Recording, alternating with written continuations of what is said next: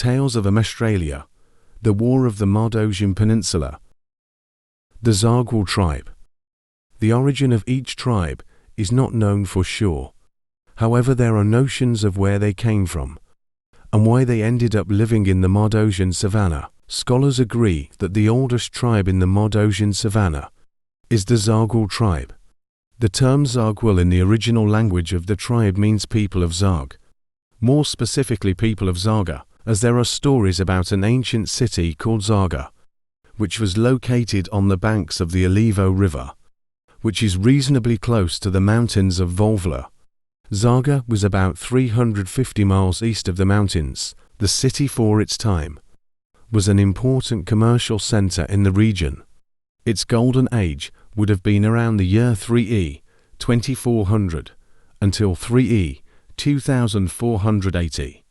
However, at some point between 3E 2480 and 3E 2500, the city burned in flames and was almost completely eradicated from the map. The reasons for the fire are unknown, but there are two most famous versions of this story, one saying that it was an attack from an enemy city that was jealous of Zarg's wealth, and the other saying that a dragon crossed the mountains of Volvla and breathed its fire into the city, destroying it. Regardless of which story is true, after the fire, some survivors went south to live in the city of Gladsa, others went north, and some went east. It is assumed that those who went east over a few decades got used to hunting and plundering and settled in the Madosian savanna, where they adapted to living dangerously, and since then, they have been living the tribal life for which they are known to this day. I reiterate that this is an assumption based on stories and studies made in ruins near the city of Gladsa and the city of Toshimpina. However, if this assumption actually reflects reality, it means that the Zarguil have inhabited the Madosian savanna for 1,000 years. Regarding the city of Zarga, for a few years it became a ghost town that was used as a hideout and secret base for several groups, and remained that way for more than 200 years. But at some point around the year 3E 2720, the place suffered a new attack that wiped out what little was left of the place. However, the details about these attacks, who carried them out, and against whom, are details that have been lost in time, and all that can be done today is to imagine what would have happened, as information about this supposed city of Zarga is very scarce. It is difficult to say whether it actually existed.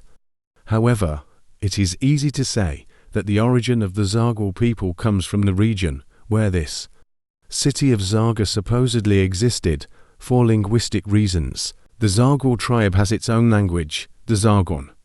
This language is a language considered part of the Albanian language family, as is common throughout the Southlands. The Zargon language is similar to the language spoken in the city of Toshimpina, this which is located close to the place where the legendary city of Zarga supposedly stood a millennium before, with the difference being that Zargon is more drier and monotonic than the Tuscinian Velanese spoken in Toshimpina, which has a greater variation in tones and sounds. This linguistic similarity suggests that even if Zarga is just a legend, the Zarguil people were most likely people who inhabited the region, but who at some point traveled east and settled in the Madosian savanna. Regarding the appearance of the Zarguil, they have mostly dark brown skin, as is common in other tribes of the Madosian savanna, with the exception of the Sishkin tribe, which has black skin. Some of the best archers shoot their arrows at large birds and use their huge feathers on their heads in a very eye-catching way. Members of the Zarguil tribe generally have long straight brown hair, varying between light and dark, whether men or women, and their eyes are generally black, with some having a color that reaches amber, but these are rarer.